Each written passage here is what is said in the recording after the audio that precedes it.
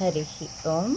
ప్రియపుత్రి పుత్రులారా, 357వ మట్టి దీపపు వెలుగుని మీతో పంచుకోవాలనుకుంటున్నానండి. కొనసాగిస్తున్నాను. సూర్యోదయానికి ముందు బ్రాహ్మీ ముహూర్తంలో స్నానం దేవతా స్నానం. సూర్యోదయమయ్యాక మానవ స్నానం. బారెడు పొద్దెక్కాక మధ్యాహ్నం పశు స్నానం అంటారు పెద్దలు. ఆహార స్నానాది నియమాలతో సాత్విక గుణాలు పెంపొందించుకోవాలి.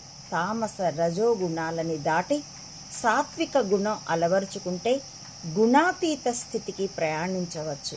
కాబట్టి నియమ నిష్ఠామయ సాధన చేయమంటుంది హిందూ జీవన విధానం.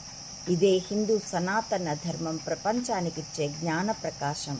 ఇది మాతా అనంతానంద చేతుల్లో మహర్షులుంచిన మట్టి దీపం. హరి ఓం. ప్రియపుత్రి పుత్రులారా, నా ఈ మట్టి దీపపు వెలుగు మీకు హాయినిచ్చినట్లయితే please like, share and recommend my channel to others as well. Subscribe it. Please support Ammaodi Mata Anantananda to spread the truth of either spying or spirituality up to the roots of the society. As well, support me financially also to win this war with wisdom as weapon. www. మెదళ్లే ఆయుధాలుగా యుద్ధం. ఇందులో పాలు పంచుకోవాల్సిందిగా ప్రియపుత్రి పుత్రులందరికీ, అందరినీ రాజకీయాలకి, కులమతాలకి, దేశీయతలకి, ప్రాంతీయతలకి అతీతంగా మానవులందరినీ ఆహ్వానిస్తున్నానండి.